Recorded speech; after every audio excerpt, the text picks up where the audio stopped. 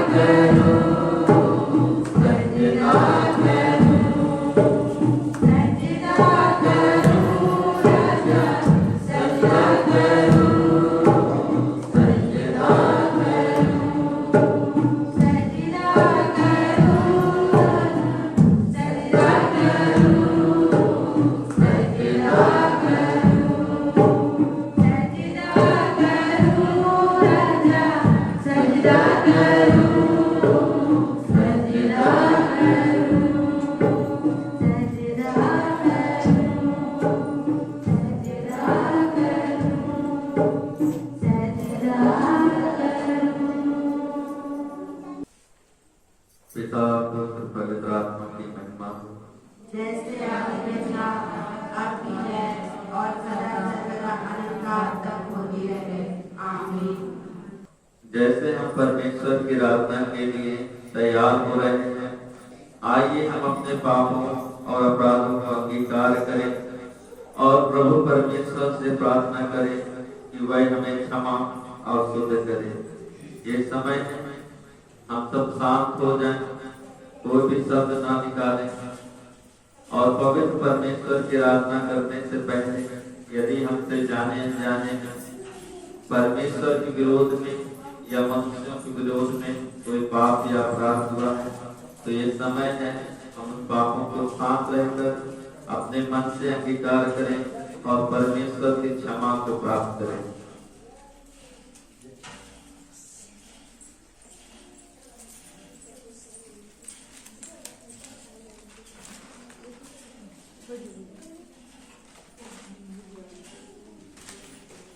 हम सर्वशक्तिमान परमेश्वर के सामने दीनता से अपने पापों को स्वीकार करें हे दयालु परमेश्वर, हमने अपने विचारों, बातों और कर्मों से आपके विरुद्ध पाप किया है। हमने वही किया जो हमें नहीं करना चाहिए था। हमने पूर्ण मन से आपसे प्रेम नहीं रखा और पड़ोसियों से अपने समान प्रेम नहीं किया। इस कारण हम हृदय से दुखी हैं और पश्चाताप करते हैं। आपके पुत्र प्रभु यीशु मसीह के द्वारा अपनी दया के अनुसार हमें क्षमा करें, जिससे कि हम आपकी इच्छा के अनुसार जीवन व्यतीत करते हुए आनंद के साथ आपकी महिमा कर सके। आमीन। करुणामय और दयालु परमेश्वर ने हमारे पापों को क्षमा कर दिया। पवित्र आत्मा आप सबकी अगुवाई करे कि आप प्रभु यीशु मसीह में बने रहें। आमीन।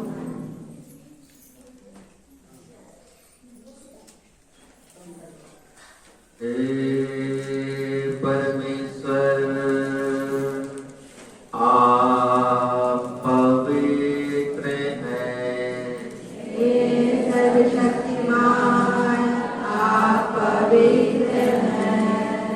हे अविनाशी परमेश्वर, आप पवित्र हैं। हमारे लिए क्रूस पर बलिदान हुए मसीह प्रभु, हम पर दया कीजिए। हे परमेश्वर, आप पवित्र हैं। हे सर्वशक्तिमान, आप पवित्र हैं। हे अविनाशी परमेश्वर, आप पवित्र हैं। हमारे लिए क्रूस पर बलिदान हुए मसीह प्रभु, हम पर दया कीजिए। हे परमेश्वर, आप पवित्र हैं। हे सर्वशक्तिमान, आप पवित्र हैं। हे अविनाशी परमेश्वर, आप पवित्र हैं। हमारे लिए क्रूस पर बलिदान हुए मसीह प्रभु, हम पर दया कीजिए। हे प्रभु, हम पर दया कीजिए। हे प्रभु, हम पर दया कीजिए। मसीह यीशु, हम पर दया कीजिए। मसीह यीशु, हम पर दया कीजिए। हे प्रभु, हम पर दया कीजिए। हे प्रभु, हम पर दया कीजिए। आप सबके साथ शांति बनी रहे और आपके आत्मा के साथ भी। आइए हम अपने स्वरूप को झुकाएं, आंखों को बंद करें और प्रार्थना करें। हमारे सर्वशक्तिमान प्रेमी पिता परमेश्वर, दृश्य एवं अदृश्य वस्तुओं के सृजनहार, आपने हमें यीशु मसीह के द्वारा अपना प्रेम और आपसी अनुग्रह प्रदान किया। इसलिए हम सब आपको धन्यवाद देते हैं। हम आपको संपूर्ण महिमा, आराधना और आदर देते हैं। हम दीनता से विनती करते हैं कि अपने अनुग्रह से आपकी उपस्थिति में आए हैं, आपसे प्रार्थना करने के लिए, आपकी आराधना करने के लिए, आपके पवित्र वचनों को ग्रहण करने के लिए और आपके पवित्र मेज में सहभागी होने के लिए। प्रभु, पवित्र आत्मा से हमें परिपूर्ण करें, ताकि आज का ये दिन हम सबों के लिए आशीष का कारण हो सके और हम आपकी महिमा कर सकें और अपने जीवनों से आपकी गवाही दे सकें। हम सभी को और हमारी आराधना प्रार्थना को आपकी हाथों में सौंपते हुए प्रार्थना यीशु मसीह के नाम से मांगता हूँ। आमीन। जैसे माता संभालती है, वैसे यीशु संभालेगा। जैसे माता संभालती है, वैसे यीशु संभालेगा।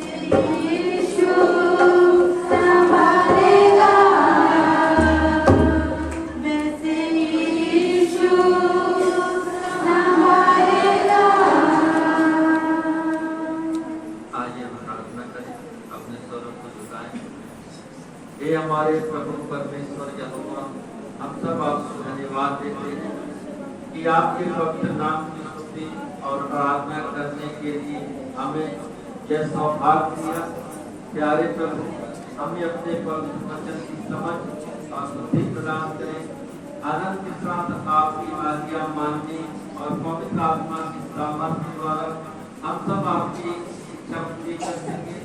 प्रभु, जो हमने गीतों को गाया है, आराधना की है प्रभु, आपकी स्तुति की है, आपकी प्रशंसा की है प्रभु, हमारी सराहना भेंट को आप स्वीकार करें और अपने इकलौते पुत्र यीशु के नाम में हम सबों को आशीष करें।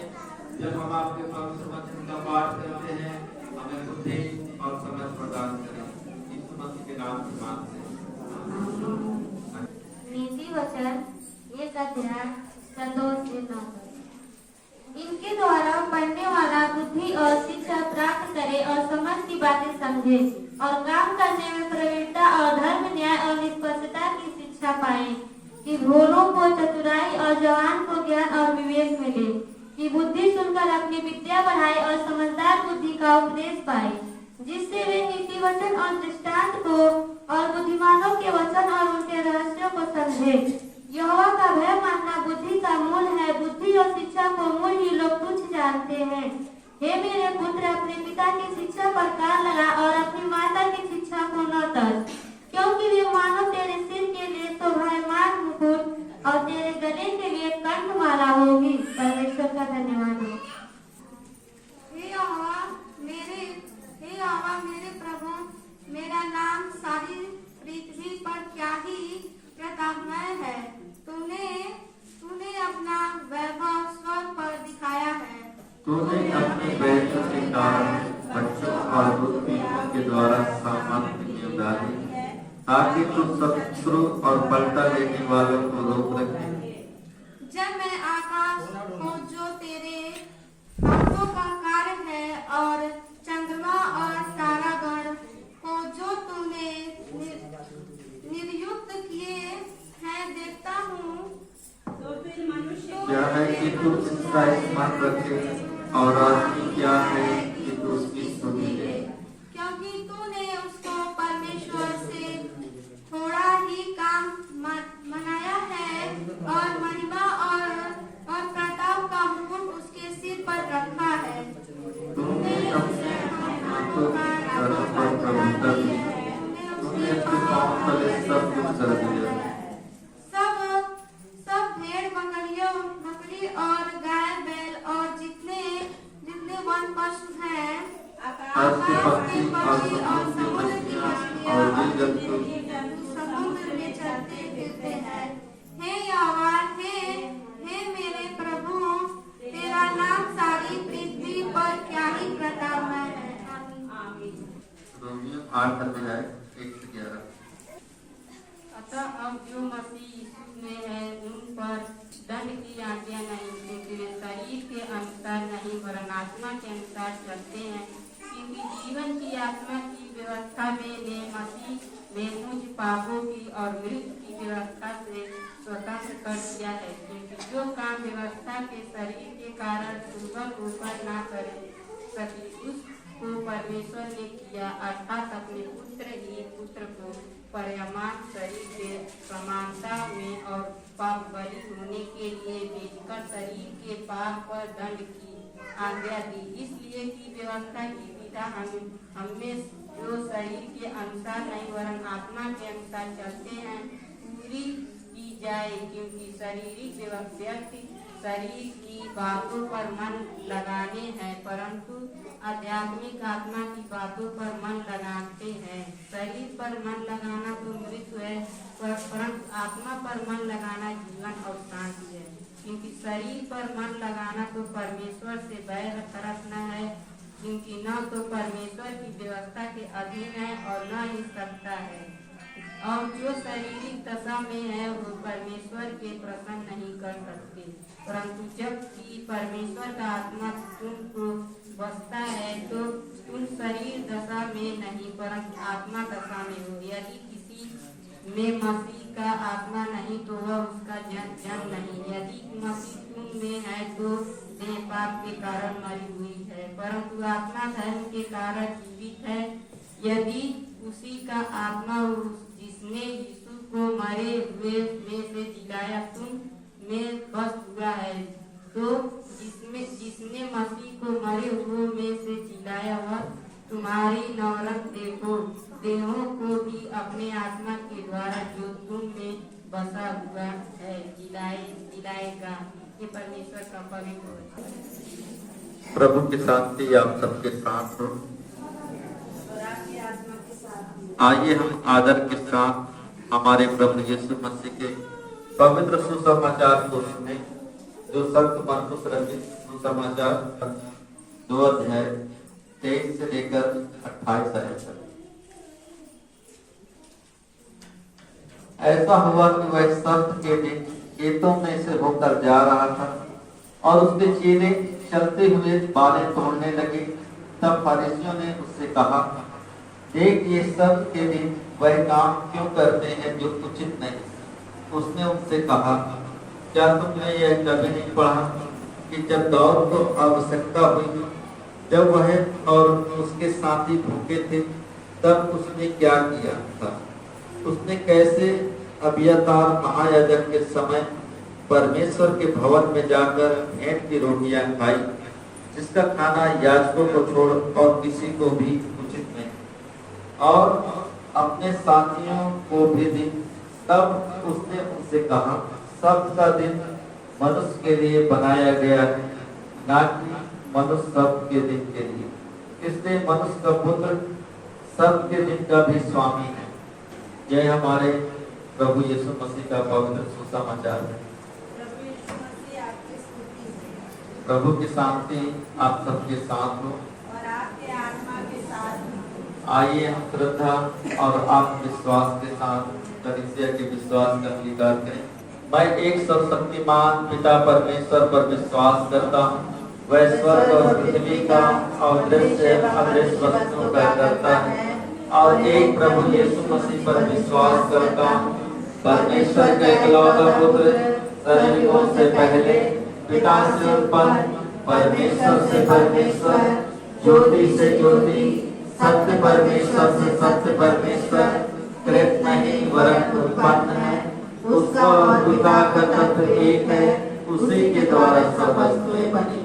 हम मनुष्यों के लिए और हमारे उद्धार के लिए वह स्वर्ग से उतर आया, पवित्र आत्मा की सामर्थ से वह कुंवारी मरियम से जन्मा और मनुष्य बना। पुन्तियुस पिलातुस के शासन में वह हमारे लिए क्रूस पर चढ़ाया गया, उससे दुख भोगा, वह मरा और गाड़ा गया। पवित्र शास्त्र के कथन के अनुसार वह तीसरे दिन जी उठा, वह स्वर्ग पर चढ़ गया और पिता की दाहिनी ओर विराजमान है।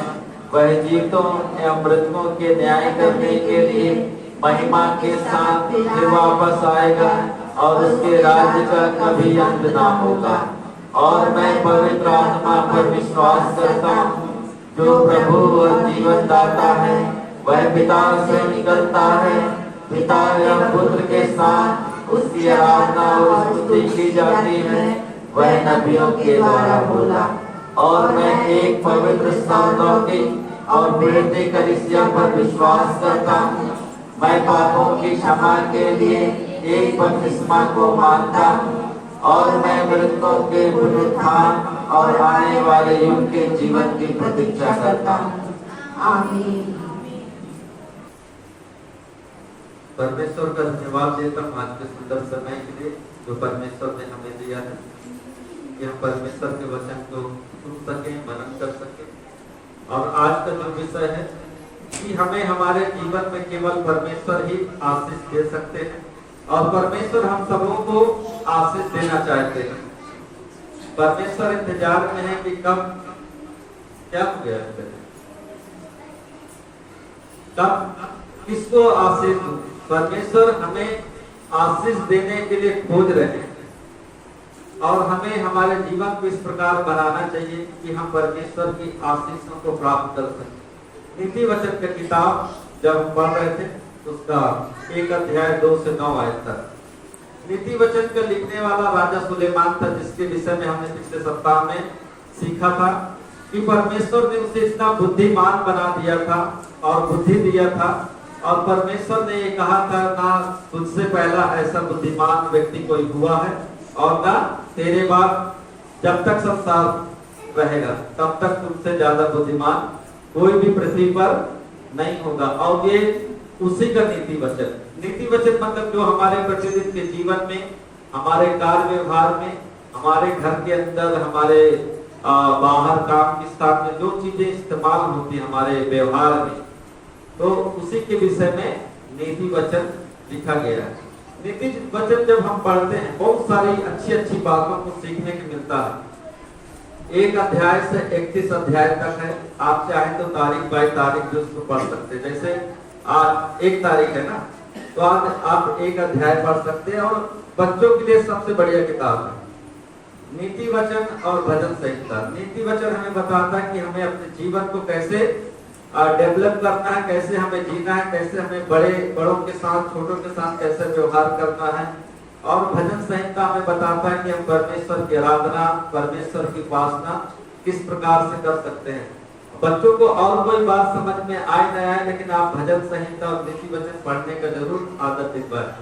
जब हम नीति वचन पढ़ रहे थे उसमें लिखा है कि हम सब बुद्धिमान होना चाहते हैं ना, हम सबको बुद्धि चाहिए। आप बच्चों को अपने बुद्धिमान बनाने के लिए आधी रोटी खाते हैं, लेकिन अपने बच्चों को आप चाहते हो कि अच्छे से अच्छे स्कूल में पढ़े और महंगे से महंगे स्कूल में पढ़े, क्योंकि जो शिक्षा आपने नहीं पाई है वो आपके बेटा और बेटी पा सके। लेकिन वो संसार का दृष्टिकोण है, हमारा दृष्टिकोण है कि बच्चों को महंगे स्कूल में, अच्छे स्कूल में भेजेंगे तो बच्चा बुद्धिमान हो जाएगा। महंगे स्कूल में भी आपका बच्चा पढ़ के बौक रह सकता है। बौका ना, क्या बोलते हैं? बौक किसको बोलते हैं? बौक का मतलब बुद्धिमान नहीं होगा ना। और आप कई लोग को देखिए, आप ऐसा नहीं है कि बड़े स्कूल में भेज देने से आपका बच्चा बुद्धिमान हो जाएगा।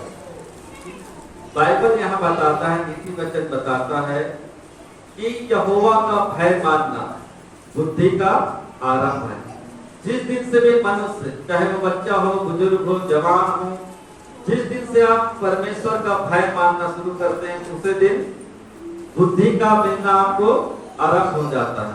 जब तक हम परमेश्वर का भय नहीं मानेंगे तब तक जो बुद्धि हमें परमेश्वर की ओर से मिलनी है वो मिल नहीं पाएगा। संसार में बहुत सारे लोग बुद्धिमान हैं। मैं पिछले सप्ताह ही बताया था ना, परमेश्वर की बुद्धि और संसार की बुद्धि में बहुत अंतर है। संसार का बुद्धि जो है लोगों को बेवकूफ बनाने वाला, वो केवल अपना फायदा देखने वाला है। लेकिन जो परमेश्वर की पवित्र बुद्धि है वो आपको परमेश्वर के अनुरूप बनाती है और परमेश्वर की आज्ञाओं को पूरा करने में आपको मदद करती है।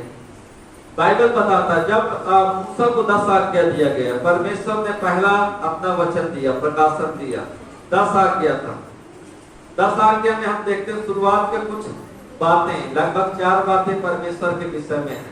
मुझे छोड़ करके दूसरों को ईश्वर न मानना, अपने लिए कोई मूर्ति खोद कर न बनाना, तो मुझे छोड़कर दूसरों को दंडवत न करना। और उसके बाद तुरंत किस पर आ जाता है? तो अपने माता और पिता का आदर करना। बाइबल हमें सिखाती है कि हम परमेश्वर के बाद जो स्थान है हमारे जीवन में वो माता और पिता का होना चाहिए। लेकिन आज माता और पिता का स्थान हमारे जीवन में कहाँ? मसीहत कोई यूरोप से, अमेरिका से नहीं आया, ठीक है? यूरोप और अमेरिका का कल्चर ये है, 14 साल का लड़का हो गया, 14 साल की लड़की हो गई, माँ बाप उसको पूछ नहीं सकते तुम कहाँ जा रहे हो, तुम कहाँ आ रहे हो, ठीक है? और वो अपने मन से जीना शुरुआत कर देते हैं 14 साल के बाद, और माँ बाप भी अपने बच्चों को ध्यान नहीं देते। मसीहत अमेरिका यूरोप से नहीं आया, इंग्लैंड से नहीं आया, ब्रिटेन से नहीं आया। मसीहत कहाँ से आया? एशिया से, इजराइल से आया। वहां परिवार के विषय में बताया जाता है, अपने परिवार से प्रेम करो। हमारे जीवन में भी हमें आशीष कहाँ से मिलेगा? परमेश्वर का ये आज्ञा के साथ ही परमेश्वर का प्रतिज्ञा था यदि तुम अपने माता पिता की आज्ञाओं को मानोगे, उनका आदर करोगे, तो तुम्हारी उम्र बढ़ जाएगा, तुम्हारा उम्र लंबा हो जाएगा। तो हमें याद रखना चाहिए कि परमेश्वर का वचन हमें परिवारवाद के विषय में बताता है, व्यक्तिवाद के विषय में नहीं बताता। हम केवल हम अपने विषय में ना सोचे। यदि हम परमेश्वर के जन हैं, परमेश्वर की आज्ञाओं को मानने वाले हैं, हमें परिवारवाद को बढ़ावा देना चाहिए। आज परिवार क्या है, टूटता जा रहा है, परिवार टूटता जा रहा है। शादी हुआ अलग हो गया, शादी हुआ अलग हो गया, कई लोग बिना शादी के भी अलग हो रहे हैं। यही आप अपने चारों तरफ में आप देखेंगे तो कई बार बच्चे जब बाहर कमाने लगता है, वो कई लोग को प्रार्थना आता है, मैं प्रार्थना करता हूँ ना, और बच्चा पैसा नहीं दे रहा, बाहर गया है कमाने, मैं पूछता हूँ शादी हो गया कि नहीं, तो कई बार तो शादी हो गया तो वो ठीक है, चले शादी हो गया तो इतना नहीं कमा रहा कि अपने माता पिता को दे पाए, लेकिन देना चाहिए। कई बार जब सुनता हूँ कि वो कुंवारा है और तब पैसा नहीं देता अपने माँ बाप को, तो बहुत दुख होता है कि किस प्रकार से, कितना तकलीफ से उन्होंने अपने बच्चे को बड़ा किया है। कई बार हम समझ नहीं पाते हैं, गीत गा रहे थे ना हम लोग, जैसे माता संभालते वैसे यीशु संभाले। तो कोई भी किसी को याद ही नहीं रहता कि हमारी माँ ने हमको किस प्रकार संभाला होगा। हमको मेरे को खुद नहीं पता था, लेकिन जब मैं मुर्गी पाला था ना, तो उसको जब मैं पाला और जो मुर्गी के बच्चे होते थे वो किस प्रकार अपने बच्चों को पालती है, वो मैं उसको देख करके मेरे समझ में आया कि माँ अपने बच्चे के लिए कुछ भी कर सकती है। जब मुर्गी बैठती थी अंडे के ऊपर, 2-2, 3-3 दिन उठती नहीं, न 2 दिन 3 दिन न कुछ खाएगी, न पानी पिएगी, न तो लेटरिन जाएगी। वो हम सब लोग भूल जाते हैं कि माँ कितना त्याग करके अपने बच्चे को इस संसार में लेकर के आते हैं। लेकिन जब हम पढ़ लिख लेते हैं, बड़े हो जाते हैं, हम उस परमेश्वर को भूल जाते हैं, उस माँ को भूल जाते हैं, उस पिता को भूल जाते हैं। तो हमारे जीवन में यदि हमें आशीष चाहिए तो हमें पहला काम, आप अपने बच्चों को सरकारी स्कूल में पढ़ाते हो, प्राइवेट में पढ़ाते हो, क्रिश्चियन स्कूल में पढ़ाते हो, केंद्रीय विद्यालय में पढ़ाते हो, उससे कोई फर्क नहीं पड़ता, आप जहां भी पढ़ाइए। लेकिन अपने बच्चों को आपको बुद्धिमान बनाना है, तो आप अपने जीवन में खुद भी और अपने बच्चों को भी परमेश्वर का भय मानना आरंभ कराइए, और खुद भी अपने माता पिता का आदर करके, आपके माता पिता बुजुर्ग हों या जैसे भी कंडीशन में, आप अपने माता पिता का आदर करके, आप अपने पत्नी बच्चों का जरूरत पूरा करते हैं, वो अच्छी बात है, लेकिन आपका जिम्मेदारी अपने माता पिता का भी ख्याल करना, उसी से आपका जीवन का उम्र बढ़ेगा। और यदि आप बाइबल में विश्वास करते हैं, परमेश्वर में विश्वास करते हैं, तो आपको ये मानना पड़ेगा, क्योंकि जहां परमेश्वर की बातें समाप्त होती हैं, उसके बाद तुरंत ये बात है कि तू अपने माता और पिता का आदर कर। आप जीवन में चाहे जितने बड़े सक्सेस हो जाए और आपके माता पिता चाहे अनपढ़ हो, गवार हो, लेकिन आप कभी भी मत भूलिए कि वही आपको इस संसार में इस लायक बनाए। आप अपने माता पिता से प्रेम करिए, उनका सुधि लीजिए और उनकी इच्छाओं को आप पूरा करें जो आपके हाथ में है। अपने माता पिता को आप खुश करिए। आपने परमेश्वर को कभी भी नहीं देखा, लेकिन आप समझ सकते हैं कि माँ ऐसी होती है तो परमेश्वर कैसा होगा। हम लोग गा रहे थे ना कि मेरे कारण घायल हुआ, मेरे पापों को उठा दिया। यीशु मसीह ने जो क्रूस पर अपना जान दिया था, वो अपने लिए नहीं दिया था, वो हमारे लिए दिया था। हमारे पापों को उसने अपने जीवन में ले लिया। निर्दोष होते हुए भी उन्होंने अपने जीवन को बलिदान किया, ताकि उसकी पवित्रता हमारे जीवन में आ जाए और हम परमेश्वर के फिर से बेटी और बेटा बन सके। तो 2 बातें यहाँ पे याद रखिए। पहला, परमेश्वर का भय मानना शुरू करिए, परमेश्वर का डर मानना शुरू करिए। और दूसरी बात है, आप अपने माता पिता यदि जिंदा है, यदि आपके माँ बाप जिंदा है, आप उनसे प्रेम करें, उनसे प्रेम से। मैं जब सुनता हूँ कि बच्चे लोग अपने माता पिता से कोई मतलब नहीं रखते, मेरे बहुत दुख होता है। हमें अपने माता पिता से प्रेम करना चाहिए। जब तक हम लोग नहीं जानते थे तब तक ठीक था, अज्ञान थे, लेकिन जब हम परमेश्वर के वचन को जानना शुरू किए, पढ़ना शुरू किए, हमें मालूम होना चाहिए कि परमेश्वर के बाद हमारे लिए जीवन में हमारे माँ बाप भी महत्वपूर्ण है। हमें अपने माता पिता का आदर करना चाहिए, इससे हमारी उम्र बढ़ेगी, परमेश्वर अपनी प्रतिज्ञाओं को पूरा करेगा। दूसरी बात, परमेश्वर की दृष्टि में हमारा मूल्य, किसी का बच्चा बोला क्या, थोड़ा घुमा दीजिए, बाहर घुमा दीजिए। परमेश्वर की दृष्टि में हमारा मूल्य बहुत ज्यादा है। संसार में हम देखते हैं कितना प्रकार का जानवर है, बहुत से जानवर को हमने देखा भी नहीं है, सुना भी नहीं उनके विषय में, लेकिन परमेश्वर किसी का उतना ज्यादा चिंता नहीं करता। चिंता करते हैं लेकिन उतना ज्यादा चिंता नहीं करते हैं। क्या जानवर पेड़ पौधा परमेश्वर का महिमा कर सकते हैं? कर सकते हैं अपने तरीके से, लेकिन वो एक दूसरे को बता नहीं सकते हैं। उन सब से बढ़कर परमेश्वर ने मानव जाति को समझा है। जब परमेश्वर आदम को बना रहे थे, परमेश्वर ने कहा हम मनुष्य को अपने स्वरूप और अपनी समानता में बनाएंगे। परमेश्वर ने अपनी समानता में मानव जाति को रचा, थोड़ा काम कर दिए, थोड़ा काम क्या कर दिए कि परमेश्वर कुछ नहीं से सब कुछ बनाया है। परमेश्वर को संसार बनाने के लिए कुछ चीजों की जरूरत पड़ा, कुछ चीजों की जरूरत नहीं पड़ा। परमेश्वर जैसा जैसा बोलता गया वैसा वैसा होता गया।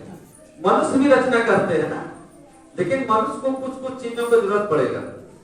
हम बिना चीज से कुछ नहीं बना सकते, यदि कुछ चीज है हमारे पास तो कुछ बना सकते। जैसे सब मनुष्य बनाया है ना, ये सब जितना चीजें देखते हैं जो हम लोग पहने हैं, ये सब मनुष्य बनाया है, लेकिन किन्हीं किन्हीं चीजों को लेकर के बनाया है, शून्य से नहीं बनाया है, कुछ कुछ चीजों को लेकर के बना दिया है। तो परमेश्वर हमसे प्रेम करता है, परमेश्वर उसके बदले चाहता है कि हम पवित्रता का जीवन व्यतीत करें और पवित्र होकर के परमेश्वर की महिमा करें। भजन संहिता एक बार थोड़ा खोल दीजिए तो, भजन संहिता 8।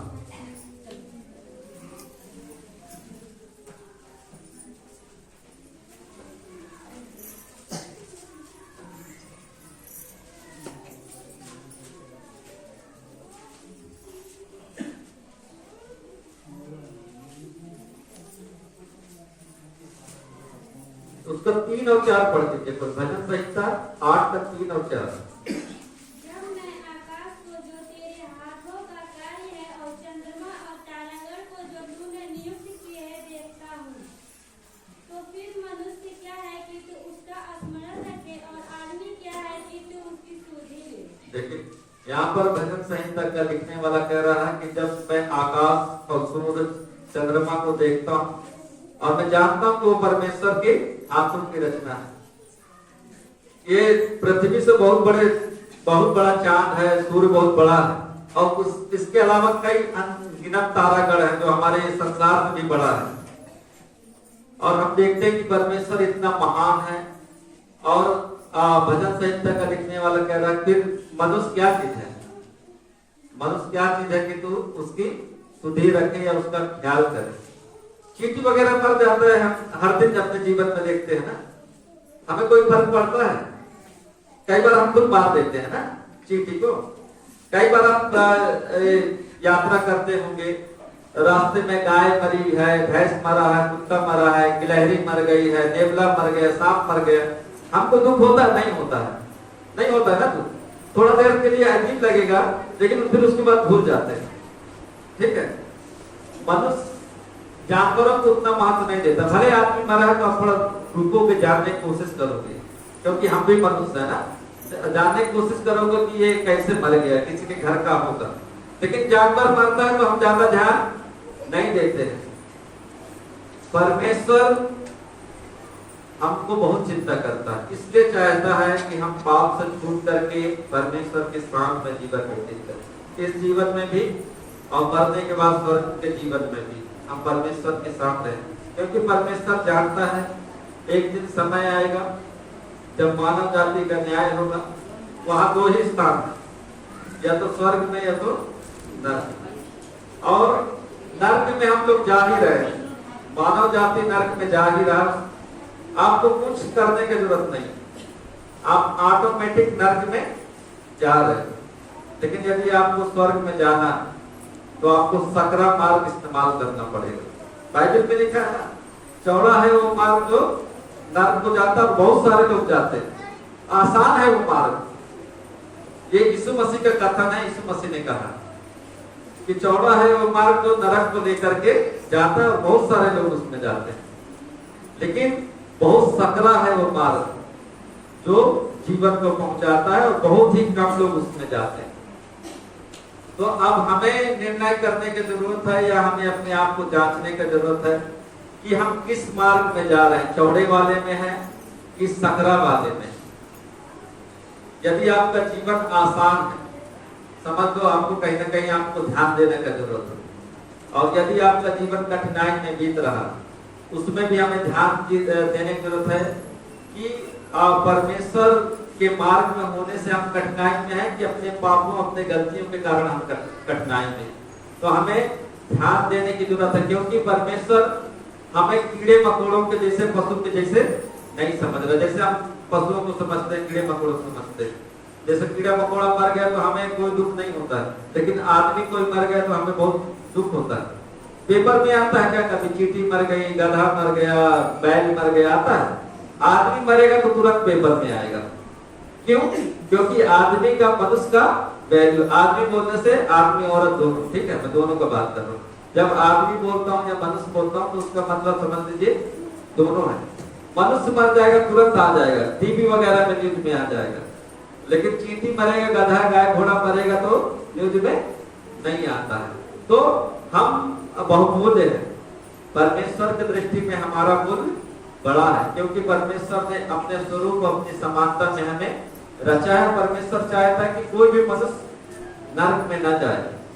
वो चाहता है कि मानव जाति पापों से पश्चाताप करके, मन फिरा करके वो परमेश्वर के पास आए और हमेशा के लिए परमेश्वर के पास रहे। लेकिन हम लोग अपनी आदतों के कारण, अपनी इच्छाओं को पूरी करने के कारण हम परमेश्वर से दूर चले जाते हैं। हमें वापस आने की जरूरत है, हम मन फिराएं, पश्चाताप करें। हम कलीसिया को मनोरंजन का साधन ना समझें। मैं कई जगह जब जाता हूँ और देखता हूँ तो मेरे को लगता है जैसे दूसरे लोग सिनेमा में, म्यूजिक में, खेल में आनंद को ढूंढते हैं, कई लोग उसी आनंद को कलीसिया में ढूंढते हैं। आप भैया आनंद मनाने के लिए कलीसिया नहीं, कलीसिया में हम आते हैं परमेश्वर के साथ संबंध बनाने के लिए, परमेश्वर के स्वरूप में अपने आप को बदलने के लिए आते हैं। हम गाना गा करके, मनोरंजन करके इस प्रकार हमें नहीं करना चाहिए। यदि हमारा ये दृष्टिकोण है तो गलत है। हम कलीसिया में आते हैं ताकि हम परमेश्वर के स्वरूप में और समानता में बदलते जाएं। परमेश्वर पवित्र है, हम भी पवित्रता की ओर बढ़ते जाएं। तो हमें गंभीर होने की जरूरत है, हम कोई खेल और तमाशा नहीं है। ये जो आप समय व्यतीत कर रहे हैं यही तय करेगा कि आप कहाँ जाओगे। तो इसलिए समय का अच्छा उपयोग करें, आप अच्छे से विश्वास में बढ़े, परमेश्वर की आराधना में बढ़े और अपने पवित्रता में भी आगे बढ़ना चाहिए आप लोग को। तीसरी बात है मृत्यु और पाप की व्यवस्था से छुटकारा। हम सब के जीवन में पाप भरा हुआ। जब रोमियो का किताब आप पढ़ेंगे तो पौलुस लिखा हुआ है कि मनुष्य पाप की व्यवस्था में, पौलुस खुद कहता है कि मैं जो करना चाहता हूँ वो मेरे से नहीं हो पाता और जो मैं नहीं करना चाहता हूँ वही मेरे से हो जाता है। हम सब चाहते हैं ना कि हम दूसरों के साथ भलाई करें, हम पवित्रता का जीवन जिए, ईमानदारी का जीवन जिए, हम सब चाहते हैं। हम कभी भी नहीं चाहते कि हमारा जीवन बुराई में जाए, हम दूसरे को नुकसान पहुंचाएं या हम अपने जीवन को बेकार करें, अपवित्र करें, लेकिन वो हमसे हो जाता है। और भलाई का हम चाहते हैं लेकिन हमसे हो नहीं पाता है। तो परमेश्वर का वचन उसमें लिखा हुआ है, रोमियो खोल लीजिए तो ठीक रहेगा। रोमियो 8 अध्याय, रोमियो का किताब पत्री 8 अध्याय।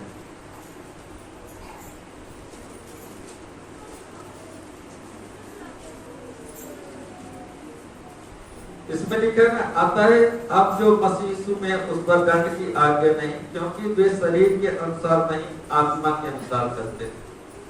रोमियो 8 अध्याय का पहला ही वचन आप पढ़ेंगे तो उसमें लिखा है कि अब जो मसीह में है उन पर दंड की आज्ञा नहीं, क्योंकि वो शरीर के अनुसार नहीं परंतु पवित्र आत्मा, आत्मा मतलब पवित्र आत्मा के अनुसार चलते हैं। सारे मसीह लोग को जांचने की जरूरत है कि हम मसीह में तो हो गए, ठीक है, मसीह में हम हो गए हैं, लेकिन क्या अभी भी हम शरीर के अनुसार चलते हैं क्या, कि हम पवित्र आत्मा के अनुसार चलते हैं। गाली कौन दिलवाता है? शरीर की पवित्र आत्मा। शरीर मतलब हमारी इच्छा, हम गाली देते हैं ना। दारू कौन पिलवाता है? शरीर की पवित्र आत्मा। जुआ कौन खिलवाता है? जुआ खेलते हैं ना लोग। अब जुआ में अब कई प्रकार का जुआ होगा, मैं वो नहीं बता सकता हूँ कि किस प्रकार का जुआ, जो कैसीनो में, गांव में और क्लबों में खेला जाता है, ठीक है। तो जुआ कौन खिलवाता है? शरीर की आत्मा। आत्मा मतलब पवित्र आत्मा में बोलना चाहता हूँ। और लड़ाई झगड़ा कौन करवाता है? हम सब मसीह में है ना, यहाँ पर जितने लोग नए लोग को छोड़ करके हम सब मसीह में है ना। लड़ाई झगड़ा कौन करवाता है? शैतान कहाँ करवाता? बोलता है कि जाके उसको लाठ मार लो। वो आदमी अपना गलती बचाने के लिए वो शैतान को लाभ देता है, ठीक है। परमेश्वर की तरफ से भी मनुष्य स्वतंत्र है और शैतान की तरफ से भी, ठीक है। आपका इच्छा है कि आप परमेश्वर की बात मानो या शैतान की बात मानो, ठीक है। वो दोनों तरफ से आवाज आ रहा है, ठीक है। आप किसका आवाज सुन करके क्या पूरा कर रहे हो आपकी मर्जी है। ना तो परमेश्वर आपको जबरदस्ती कर रहा है और ना तो शैतान आपको जबरदस्ती कर रहा है, लेकिन मनुष्य का स्वभाव है ना, जो उसका फायदे वाली बात होगा वही सुन लेगा। तो हमें जांचने की जरूरत है, सभी मसीह लोगों को जांचने की जरूरत है कि हम मसीह में तो हैं, लेकिन क्या हम आत्मा के अनुसार चल रहे हैं कि शरीर के अनुसार चल रहे हैं। क्योंकि गाली देना, शराब पीना, जुआ खेलना, लड़ाई झगड़ा करना और तमाम वो बुरा काम जो परमेश्वर के विरोध में है करना, वो शारीरिक व्यक्ति करता है, आत्मिक व्यक्ति नहीं करता। तो यदि हम मसीह में हैं और दंड की आज्ञा हम में नहीं है, तो हमें अपने जीवन को जांचने की जरूरत है। हम सबको याद रखना चाहिए कि हम परमेश्वर के प्रतिनिधि हैं, हम परमेश्वर को प्रेजेंट कर रहे हैं। ये सब मैं पिछले समय में बता चुका हूँ। आप हमेशा याद रखिए, आप घर में हो, गांव में हो, शहर में हो, काम के स्थान में हो या कहीं भी हो दुनिया के किसी कोने में, आपको एक बात याद रखना है कि मैं परमेश्वर का प्रतिनिधि हूँ। लोग मेरे द्वारा परमेश्वर को जानना चाहिए, इस बात को आपको कभी नहीं भूलना चाहिए। तो आप पाप करने से आप बचेंगे। और खासकर ये आधुनिक समय है, डिजिटल जमाना है, कम से कम आप आधुनिकता से बच के रहिए, ठीक है। संसार आपके ऊपर हावी नहीं होना पाए। ये संसार हमें सिखाता है ना कि शादी हो गया तो अपने माँ बाप को छोड़ दो, ये संसार का कल्चर है, ठीक है। परमेश्वर का कल्चर क्या है? हमें अपने माता पिता का सुध ही देना, क्योंकि जो अभी बच्चे हैं वो आने वाले दिनों में माता पिता बनेंगे। जब अब्राहम परदेशी होकर के दूसरे देश में था, ठीक है, उसको बहुत चिंता था कि मेरे बेटे इसहाक के लिए मैं यहाँ की लड़कियों से शादी नहीं करूंगा, मैं अपने ही कुटुंब से, अपने ही रिश्तेदारी में से उसके लिए बहू लेकर के आऊंगा। अपने सेवक एलियाजर को भेजा कि यहाँ की लड़की मेरे को नहीं चाहिए, तुम मेरे जाओ, मेरे देश जाओ। खुद नहीं गया अब्राहम, अपने सेवक को, विश्वासयोग्य सेवक को भेजा कि तुम जाओ, मेरे कुटुंबियों के पास में जाओ और मेरे बेटे के लिए पत्नी लेकर के आओ। अब एलियाजर अरामी व्यक्ति नहीं था, इब्राहिमी व्यक्ति नहीं था, ये मिस्र का था, ठीक है, दूसरा जाति का था। फिर भी अब्राहम को उस पर भरोसा था, वो भेजता है दूसरा देश। और अब्राहम अपनी पत्नी को वहीं से लेके आता है। अब्राहम बताया नहीं कि गोरा लाना कि काला लेकर के आना, वो बोला मेरे ही कुटुंब में के होना चाहिए। और हम देखते हैं कि चुपचाप सारा भी आ गई, रिबिका भी चुपचाप आ गई और इजहार भी चुपचाप उसको अपनी पत्नी करके स्वीकार की। तो हम बाइबल के अनुसार हमें देखना चाहिए, माँ शादी का अधिकार मेरे समझ से बेटा बेटी को खुद नहीं होना चाहिए, उनके माँ बाप ही पसंद करना चाहिए। बहू को या दामाद को उनके माँ बाप भी देखना चाहिए। वो सेकंड बात हो जाता है कि आप शादी करने से पहले दोनों को दिखा दो, लेकिन चॉइस माँ बाप का ही होना चाहिए। आप कभी भी ये अधिकार, यदि आप एक मसीह तो अपने बेटा बेटी को मत दो कि आप अपने ढूंढ लो, ये टोटल रॉन्ग है, टोटल शैतानिक है। याकूब का बड़ा भाई कौन था? एसाव क्या किया था? मिस्री लड़की से शादी किया था। जो उसकी माँ बोल रही थी कि मतलब ये उसका बड़ा बेटा जो एसाव था, मिस्री लड़की से शादी किया, वो बोलती थी मेरे को घिन आता है इससे, ठीक है। वो अपने माँ बाप का विरोध में गया। तो हमें हमेशा याद रखना चाहिए, संसार चाहे जितना भी डेवलप कर जाए, जितना भी आगे बढ़ जाए, आप अपने बेटा बेटी के लिए खुद आप पसंद करो, रिश्ता पसंद करो, उनको दिखा दो। दूसरी बात है उनको दिखा दो, लेकिन चॉइस आपका ही होना चाहिए। और जो बेटा और बेटी यहाँ बैठे उनके लिए मेरा यह संदेश है, आप कभी भी अपने मर्जी से शादी मत करो। आप अपने माँ बाप का पसंद किया हुआ ही लड़का लड़की से शादी करो, तब परमेश्वर हमें आशीष देते हैं। और हमें याद रखना चाहिए, जब डिजिटल जमाना है, ठीक है, हम सब फेसबुक, व्हाट्सएप, यूट्यूब, इंस्टाग्राम क्या क्या यूज करते हैं, ठीक है। मेरे को ज्यादा नहीं पता क्योंकि मैं ज्यादा नहीं चलाता हूँ। हमें सोचना समझना चाहिए कि हम परमेश्वर के प्रतिनिधि हैं। हम क्या डाल रहे हैं, उससे दूसरों को क्या प्रभाव पड़ रहा है। बहुत सारे लोग बहुत कुछ डाल रहे हैं, ठीक है, बहुत कुछ, कोई गाली वगैरह डाल दे रहा है, कोई गंदे गंदे सीन डाल रहा है, कोई डाल रहा है तो बस खाने के लिए डाल रहा है, जब देखो खाना ही खाना खा रहा है, बड़ा बड़ा मुर्गा बकरा का दाव दे रहा है। एक आता है फेसबुक में भी और यूट्यूब में भी, शायद हाई फैमिली करता रहेगा और बड़ा बड़ा मुर्गा कहीं बकरा बोले दिखाएगा, आज हम ये खाने जा रहे हैं, आज ये खाने जा रहे हैं। अरे भाई, जिसको 2 टाइम का रोटी नहीं मिल रहा है वो देखेगा, वो क्या सोचेगा। तो हमें याद रखना चाहिए कि हम परमेश्वर के बेटा बेटी हैं। हम इन सब का इस्तेमाल करें, लेकिन परमेश्वर की महिमा के लिए इस्तेमाल करें। हम ऐसा कोई चीज ना डालें जिससे दूसरे लोगों को गलत मैसेज जाए। हम हमेशा जब भी इस्तेमाल करें, चाहे फेसबुक हो, यूट्यूब हो, इंस्टाग्राम हो, ट्विटर हो या स्नैपचैट हो, जो भी हो, उसके द्वारा हमें परमेश्वर की ही महिमा करें। शैतान उसको अलग तरीके से इस्तेमाल करता है, लेकिन हमें उसे परमेश्वर की महिमा के लिए इस्तेमाल करना है।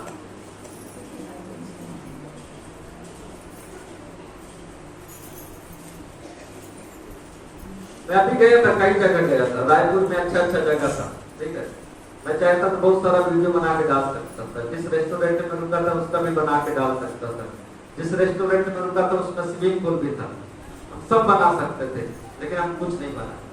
एक भी फोटो मैं नहीं खींचा और ना मैं डाला कि मैं इस जगह में गया था, ये इतना अच्छा जगह, मैं सब कुछ नहीं डाला, क्योंकि मैं जानता हूँ कि कई लोग ऐसे हैं जो बहुत ही मजबूरी में। अब मैं वहां डाल देता, मैं घूम रहा हूँ, मैं अच्छा खा रहा हूँ, लेकिन जिनको नहीं मिल रहा उसके नजर में क्या है। अब मैं इस बात को याद रखता हूँ कि मैं परमेश्वर का सेवक हूँ। लोगों को ये नहीं लगना चाहिए कि मैं बाहर जाके आनंद कर रहा हूँ, एंजॉय कर रहा हूँ, मैं जीवन का भरपूर आनंद ले रहा हूँ। मैं कभी भी अपने जीवन से ऐसा नहीं चाहता। इसलिए आप बहुत ही बुद्धिमानी से आपको फेसबुक, व्हाट्सएप या जो भी आप डिजिटल चीज इस्तेमाल करते हैं, आपको वो चीज डालना चाहिए। हमें बुद्धिमानी से उन चीजों का इस्तेमाल करना चाहिए। अंतिम बात, परमेश्वर का व्यवस्था हमारे लिए फायदेमंद है। मरकुस का सुसमाचार 2:23 से 38। यीशु मसीह का जिक्र है, ठीक है, जो मंदिर में जो मिलाप वाले तंबू में रोटी रहता था, ऐसे तंबू था, ठीक है, मैं बता दे रहा हूँ। एक महापवित्र स्थान होता था जहाँ केवल महायाजक जाता था। तंबू का भी यही स्टोरी है, मंदिर का भी, क्योंकि तंबू भी मंदिर था लेकिन टेम्परेरी था, ठीक है। फिर उसके बाद परमानेंट मंदिर बना। तो वहां 3 स्थान था। जैसे एक महापवित्र स्थान था, वहां महायाजक साल में केवल एक बार जाता था, 7वें महीना के 10वें दिन में, साल में एक दिन बच जाएगा। बाकी दिन यही सारा भेंट और जो भी बलि वगैरह होता था ये वेदी में होता था, वही भेंट का रोटी रखा रहता था। और वो भेंट का रोटी जो था केवल याजक लोग खाते थे। और एक समय था दौड़ बाहर में था, जंगल में था, राजा साउल के डर के मारे छत्ता फिर रहा था और उसको भूख लगी तो एब्यातार याजक महायाजक के दिन था उस समय। उसमें लिखा कि जब वो पहुंच गया दाऊद मंदिर के पास में मिलाप वाले तंबू में, तो उसको भूख लगी थी, उसके साथियों को भूख लगी थी, क्योंकि जंगल में भटक रहा था राजा साउल के डर के मारे, जो पाएगा तो मेरे को मार देगा। तो ये मंदिर में पहुंच गया और मंदिर में से भेंट का रोटी खाते, जबकि वो केवल याजक लोग खाते थे। लेकिन उसका नियम ये था कि 7 दिन तक अपने पत्नी के साथ नहीं सोया होना चाहिए, 7 दिन तक। उसके बाद वो उसको खा सकता था। तो ऐसे यीशु मसीह जा रहा था खेत से, ठीक है। तो यीशु मसीह के शिष्य लोग भी, सब्त का दिन था, वो विश्राम का दिन था, परमेश्वर का दिन था। यीशु मसीह के शिष्य लोग चलते हुए खेत राह में, कोई खेत में से बाली गेहूं का था कि धान का था कि मक्का का था, पता नहीं किस चीज का था, लेकिन बाली था। वो सब्त के दिन, विश्राम के दिन में उसमें से बाली तोड़ करके खा ली। तो फरीसी लोग जो नियम को एकदम बहुत कड़ाई से मानते थे, वो यीशु मसीह से आकर के पूछने लगे कि सब्त के दिन सब कुछ मना है खाना, फिर तुम्हारे जो शिष्य हैं अपने शिष्यों के क्यों नहीं आप सिखाते? तो यीशु मसीह ने बताया कि जो केवल याजकों के लिए रोटी था उसको फिर दाऊद और उसके साथियों ने क्यों खा लिया। और उसने बताया कि सब्त का दिन मनुष्यों के लिए बना है, मनुष्य सब के लिए नहीं बना है। और जो यहाँ तुमसे बात कर रहा है वो सब्त का दिन का भी प्रभु है। यीशु मसीह ने ये नहीं बोला कि वो गलत था, यह गलत है। यीशु मसीह ने बताया कि मैं सब्त का भी प्रभु, मैं उसका भी स्वामी। तो हमें याद रखना चाहिए कि परमेश्वर जो भी नियम देते हैं वो मानव जाति के फायदे के लिए। पुराने नियम में मूसा के द्वारा परमेश्वर ने जब व्यवस्था दिया तो यहूदियों के लिए दिया, यहूदियों को किस प्रकार जीवन जीना है, क्या करना है, क्या नहीं करना। आप कुछ सामान खरीदते हैं ना, आप एक पंखा भी खरीद के लेके आएंगे या मोबाइल खरीद के ले आएंगे, टीवी खरीद के लाएंगे, उस सामान के साथ में एक बुक रहता है, छोटा सा डायरी रहता है कि इसको कैसे इस्तेमाल करना है, कैसे इसका रख रखाव करना, मिलता कि नहीं? आप पंखा, टीवी, फ्रिज वगैरह कुछ भी खरीदिए, सामान, मोबाइल खरीदिए, उसके साथ में एक छोटा डायरी या किताब टाइप का रहता है, वो उसका रख रखाव के विषय बताता है। परमेश्वर ने जब अपनी प्रजा को चुना, इजराइली को चुना, उसके लिए एक व्यवस्था दिया, कानून दिया, गाइडलाइन दिया कि कैसे जीना है, क्या करना है, क्या नहीं करना है। फिर यीशु मसीह ने जब अपने कलीसिया को बनाया, कलीसिया के लिए भी गाइडलाइन दिया, उसके शिष्यों ने नया नियम की किताब को लिख दिया कि कलीसिया को क्या करना है और क्या नहीं करना है। तो परमेश्वर जो भी नियम कानून देते हैं वो मानव जाति के लिए फायदेमंद है। हो सकता है हमें उससे तकलीफ हो, लेकिन वो हमारे जीवन के लिए लाभ की बात है। परमेश्वर इस वचन के द्वारा आपको आशीष दे। आइए हम खड़े हो जाए। मेरे प्रिय भाइयों और बहनों, मेरे साथ प्रार्थना करें कि प्रभु भोज का यह पवित्र अनुष्ठान प्रभु को ग्रहण और प्रसन्न करने के योग्य हो। आइए हम एक गीत गा करके अपने मनों को तैयार करें। मैं आता हूँ तेरे पास,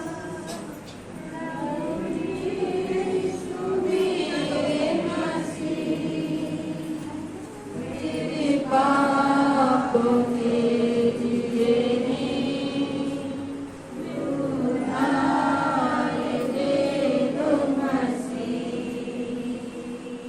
मैं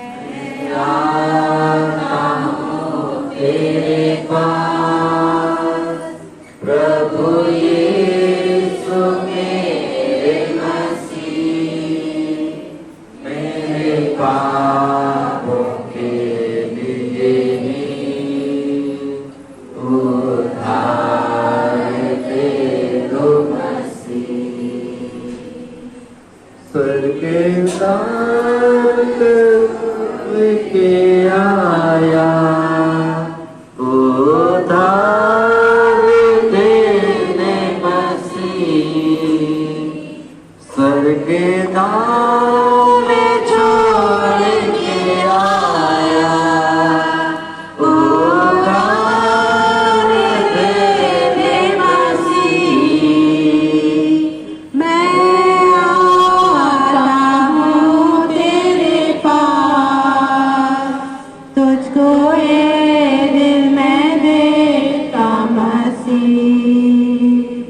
मैं आता हूँ तेरे पास, तुझको ये दिल मैं देता मसीह। मैं आता हूँ तेरे पास, प्रभु यीशु मेरे मसीह, मेरे पापों के लिए ही उद्धार दे दो मसीह। पिता पुत्र पवित्र आत्मा की महिमा हो, जैसे आदि में था, अब भी है और सदा सर्वदा अनंत काल तक होती रहे। आमीन। प्रेमी और दयालु परमेश्वर सच्चे प्रेम और शांति के साथ एक दूसरे का अभिवादन करने में हमारी सहायता करें। आमीन। प्रभु की शांति आप सबके साथ हो और आपकी आत्मा के साथ भी हो। प्रभु के प्रेम में आइए हम सब एक दूसरे का अभिवादन करें।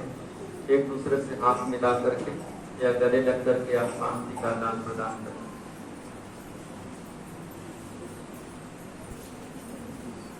प्रिय भाइयों और बहनों, जो शांति हमें मिली है निरंतर आप सबके साथ बनी रहे और आपकी आत्मा के साथ भी।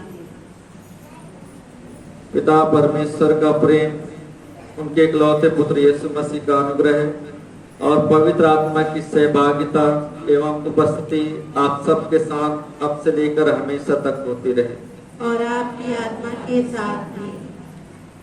आइए हम अपने मनों और हृदय को स्वर्ग में पिता की दाहिनी ओर विराजमान प्रभु यीशु मसीह की ओर लगाएं। हे हमारे प्रभु परमेश्वर, हमारे मन आपके साथ है। आइए हम अपने प्रभु परमेश्वर को धन्यवाद दें। उनका धन्यवाद और स्तुति करना उचित है।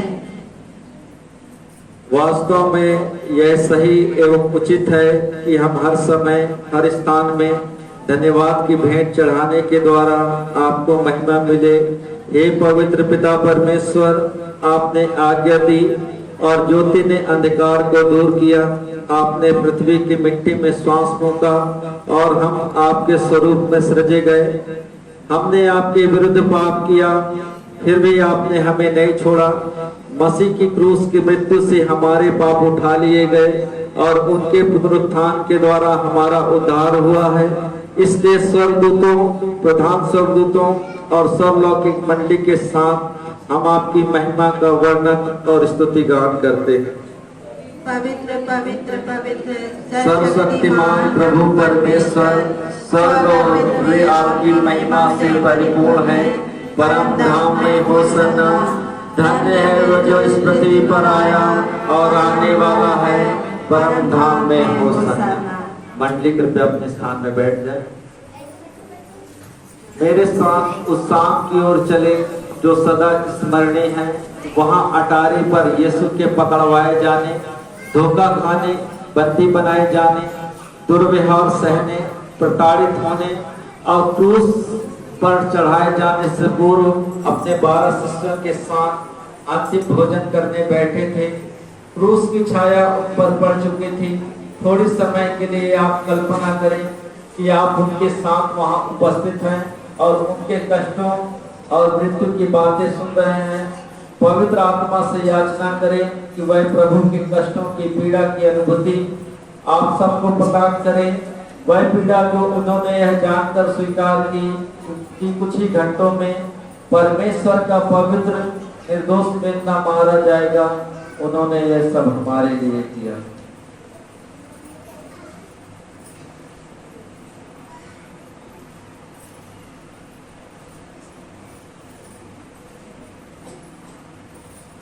आइए हम प्रार्थना करें। हे स्वर्गीय पिता, हम धन्यवाद देते हैं कि आपने अपने इकलौते पुत्र यीशु को हम पापियों को बचाने के लिए दे दिया। आपके सृष्टि की विशेष भेंटों को याद करने के लिए हमें आत्मा की भरपूरी दे। हमारे प्रभु यीशु मसीह के नाम से मांगते हैं, आमीन।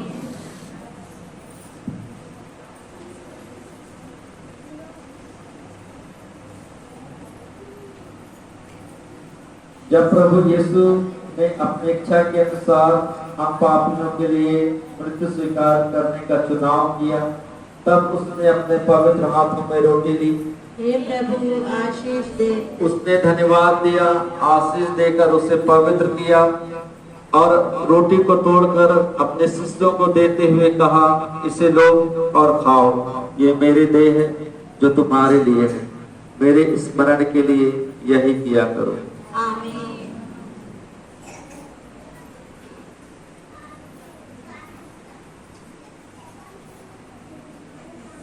इसी प्रकार उन्होंने अपने पवित्र हाथों में कटोरा भी लिया। हे प्रभु आशीष दे। उसने धन्यवाद दिया, आशीष देकर उसे पवित्र किया और अपने शिष्यों को देते हुए कहा, इसमें से पियो, यह कटोरा मेरे लहू में नई वाचा है। जब कभी पियो तो मेरे स्मरण में यही किया करो। आमीन।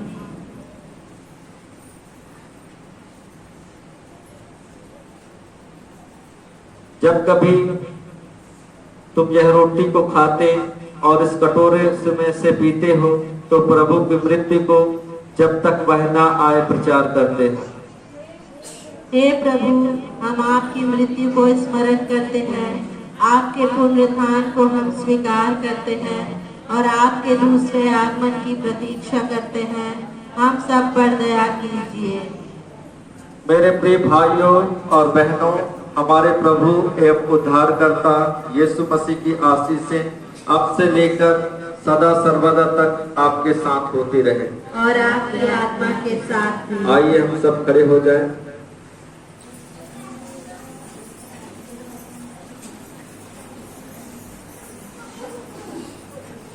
दयालु प्रभु, कृपया करके अपने लोगों पर दया करें। हे प्रभु, हमें उत्तर दें और अपनी आशीषों से परिपूर्ण करें। प्रभु दया कर, प्रभु दया कर, प्रभु दया कर।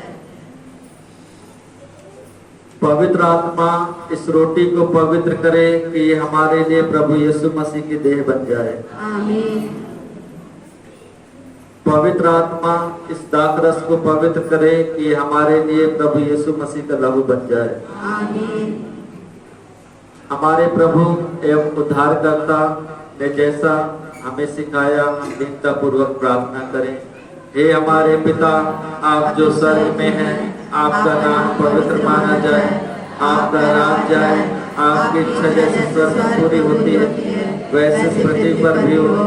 हमारे दिन भर की रोटी याद करने दे और जिस प्रकार हमने अपने अपराधियों को क्षमा किया है वैसे आप भी हमारे अपराधों को क्षमा करें और हमें परीक्षा में ना लाए परंतु बुराई से बचाए, क्योंकि राज, पराक्रम और महिमा सदा आपके हैं। आमीन। आप सभी को शांति मिले और आपकी आत्मा को भी। पवित्र त्रिएक परमेश्वर जो कृत नहीं, स्वनिर्मित, अनंत, जो आराधना की योग्य है, उसका अनुग्रह मेरे प्रियो आप सबके साथ सदा सर्वदा तक बनी रहे और आपके आत्मा के साथ भी। यह मसीह की देह है जो हमारे लिए कलवरी की क्रूस पर तोड़ी गई। आमीन।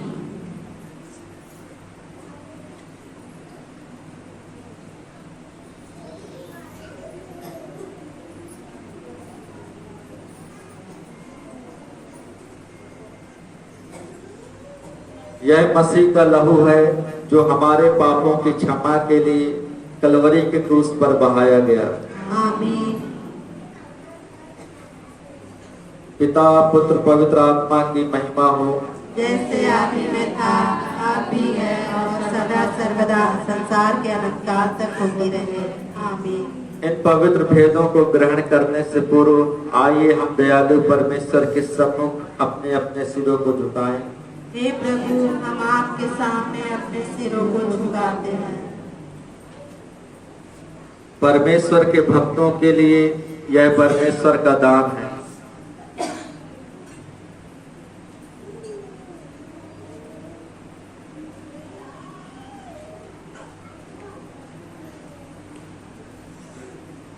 हे हमारे प्रभु परमेश्वर, कलवरी की क्रूस पर तोड़ी गई आपकी अनमोल देह और बहाए गए आपके पवित्र लहू में सहभागी होने वाले अपने सभी संतानों को आशीष दे। सर्वशक्तिमान परमेश्वर एवं हमारे उद्धारकर्ता यीशु मसीह की करुणा इन पवित्र भेदों के वाहकों पर और उन देने वालों पर और उन प्राप्त करने वालों पर तथा उन सब पर जिन्होंने भाग लिया है और उन सब पर जो भाग लेने वाले हैं नित्य होती रहे। और परमेश्वर की दया हम पर और उन सब पर दोनों लोगों में सदैव होती रहे। आमीन। हे प्रभु, हम पर दया कीजिए।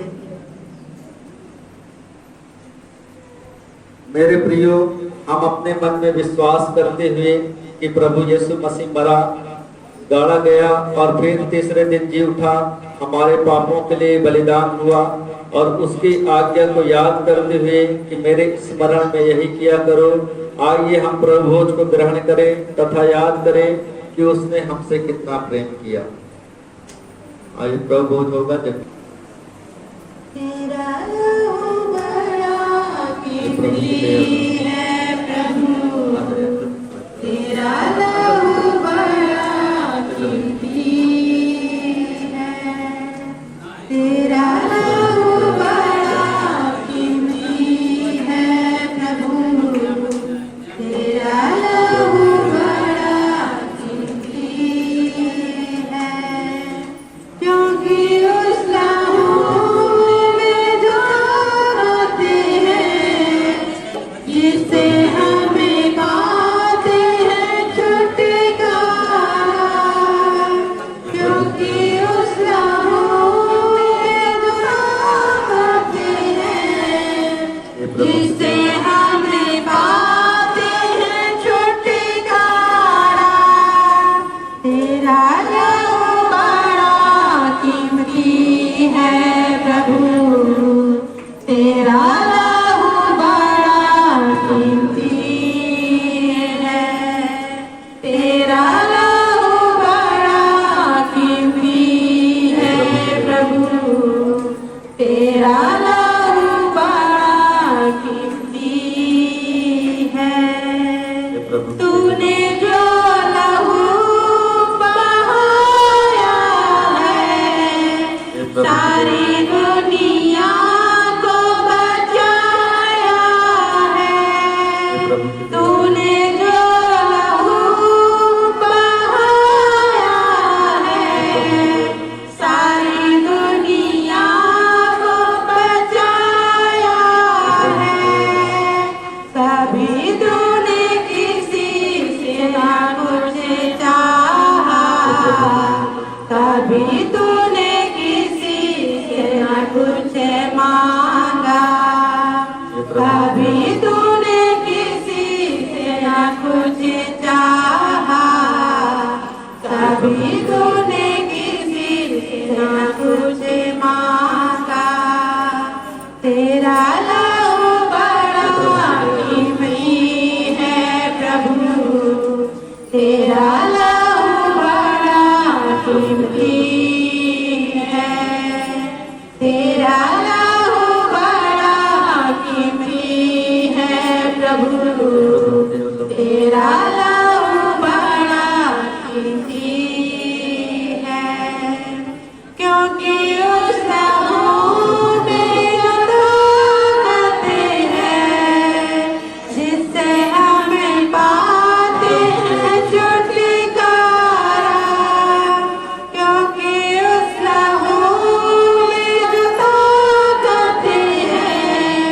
प्रभु की जय जिससे हमें पाते हैं छुटकारा, क्योंकि उस लहू में जो सामर्थ है, जिससे हमें पाते हैं छुटकारा।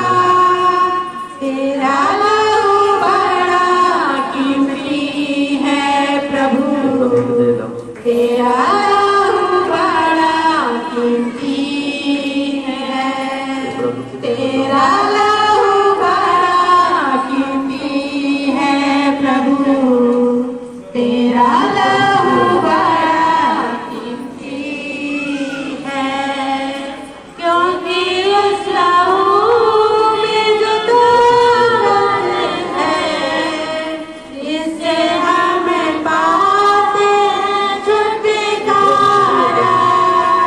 क्योंकि उस लहू में जो ताकत है, जिससे हमें पाते हैं छुटकारा। तेरा लहू बड़ा कीमती है प्रभु, तेरा लहू बड़ा कीमती है, तेरा लहू बड़ा कीमती है प्रभु, तेरा लहू बड़ा कीमती है। तूने जो लहू बहाया है, सारी दुनिया को बचाया है। तूने जो लहू बहाया है, सारी दुनिया को बचाया है। कभी तूने किसी से ना कुछ चाहा, कभी तूने किसी से ना कुछ मांगा, कभी तूने किसी से ना कुछ चाहा, कभी तूने किसी से ना कुछ मांगा। तेरा लहू बड़ा कीमती है प्रभु, तेरा लहू बड़ा कीमती है, तेरा लहू बड़ा कीमती है प्रभु, तेरा लहू बड़ा कीमती है। आइए हम सब खड़े हो जाएं अपने स्थान में। पिता पुत्र पवित्र आत्मा की महिमा हो। प्रभु यीशु मसीह, आज की सुबह हमारे साथ उपस्थित होने के लिए हम सब आपका धन्यवाद करते हैं। आपके पवित्र मेल में सहभागी होने के सौभाग्य के लिए हम उस रात को याद करते हैं जब आप अपने शिष्यों के साथ बैठे थे और उन्हें अपने कष्टों और दुखों में सहभागी होने के लिए बुलाए थे। आपने हमारे लिए जो किया उसके अर्थ को, उसके महत्व को हम कितना कम समझ पाते हैं। हे प्रभु, हमें क्षमा कीजिए, क्योंकि हम हमेशा सोचते हैं कि जो कुछ आपने हमारे लिए किया हम उसके योग्य हैं, परंतु सच तो यह है कि हम केवल नरक ही के लायक थे। आपके क्रूस को स्मरण करते हुए हम सब जीने पाए और आपके दूसरे आगमन की प्रतिज्ञा के दिन हम सब हर पीढ़ी, हर जाति, प्रत्येक भाषा और असंख्य जन समूह के साथ, जिसे कोई मनुष्य गिन नहीं सकता, मेमने के महान विवाह भोज में सहभागी होंगे। आपके महान अनुग्रह और असीम दया के लिए धन्यवाद आपके परम पवित्र नाम में मांगते हैं, आमीन। मेरे प्रिय भाइयों और बहनों, मैं आपको पवित्र त्रिएक परमेश्वर पिता, पुत्र और पवित्र आत्मा के अनुग्रह और आशीषों में सौंपता हूँ। प्रभु के पवित्र भोज से प्राप्त आशीषों के साथ शांति से जाएं।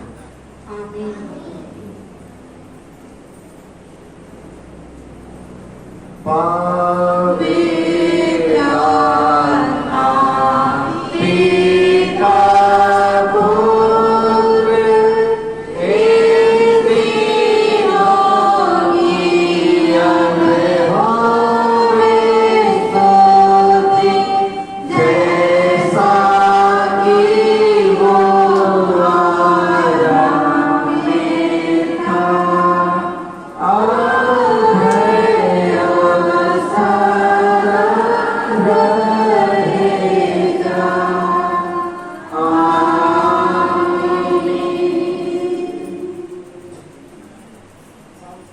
मंडी अपने स्थान में बैठ गए। आराधना यहाँ समाप्त होती है। शांति से जाएं, प्रभु से प्रेम करें, उसकी सेवा करें और निडर होकर गवाही दें कि संसार मसीह के प्रेम को अनुभव करें और प्रभु को ग्रहण कर सके।